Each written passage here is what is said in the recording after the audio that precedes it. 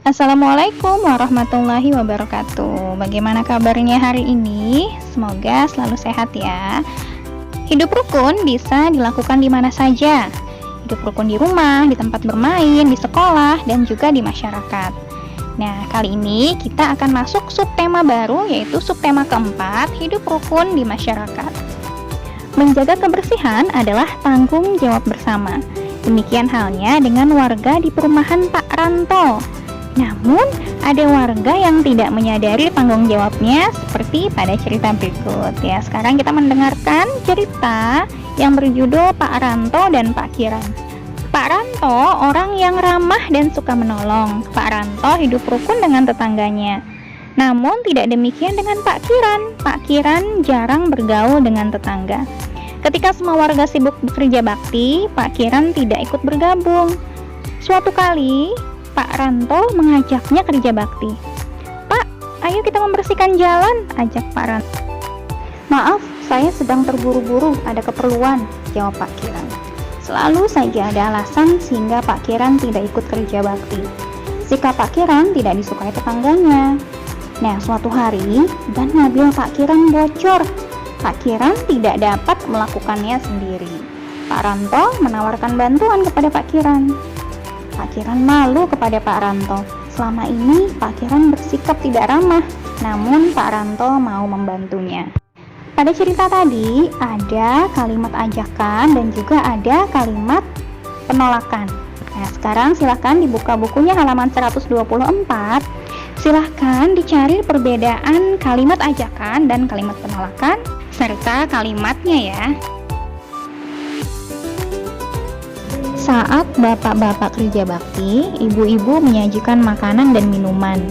Ada bubur kacang hijau, ada kacang rebus, dan lainnya. Nah, selain menjadi makanan, biji-bijiannya juga bisa digunakan sebagai bahan karya hias dari biji-bijian untuk membuat kolase. Contoh bahan lainnya adalah padi dan juga beras. Sekarang, yuk kita membuat karya hias dari biji-bijian. Silahkan dibuka bukunya halaman 137.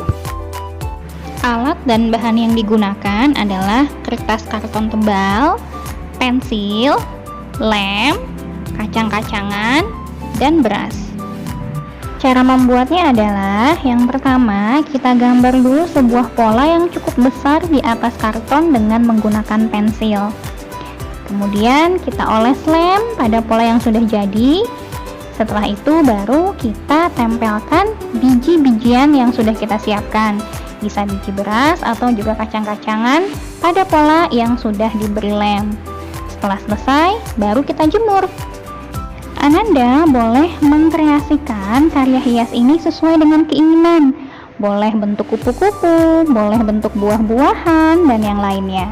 Kerjakan ini bersama orang tua di rumah ya. Nah, sekarang coba perhatikan dua buah gambar ini. Bisakah kalian cari perbedaannya? Nah, pada gambar pertama itu adalah gerakan mengangkat tubuh yang bertumpu pada satu kaki. Sedangkan pada gambar yang kedua, gerakan mengangkat tubuhnya bertumpu pada dua kaki. Gerakan pada gambar pertama disebut melompat, sedangkan gambar kedua disebut meloncat. Sekarang sudah tahu kan apa bedanya? Yuk kita lakukan gerakan tersebut.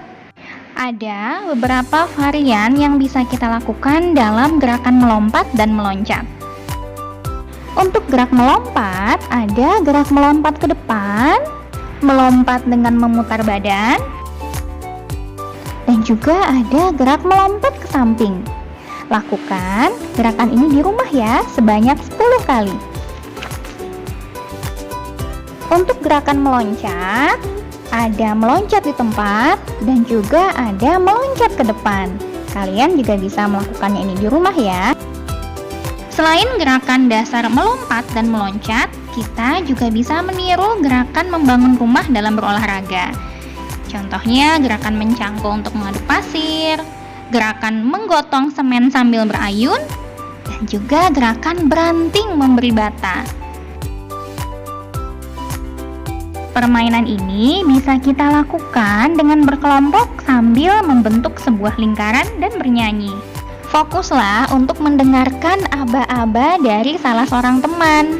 Jika aba-abanya satu, lakukan gerakan mencangkul. Jika aba-abanya dua, lakukan gerakan menggotong semen. Jika aba-abanya tiga, lakukan gerakan memberi bata. Wah, seru dan menyenangkan pastinya permainannya. Setelah menyimak cerita, membuat hastakarya, dan juga berolahraga, sekarang yuk kita lakukan evaluasi. Silahkan buka buku tematiknya halaman 155. Untuk mengetahui sejauh mana pemahaman kita kerjakan soal-soalnya ya. Nah, sekian dari Ustazah. Wassalamualaikum warahmatullahi wabarakatuh.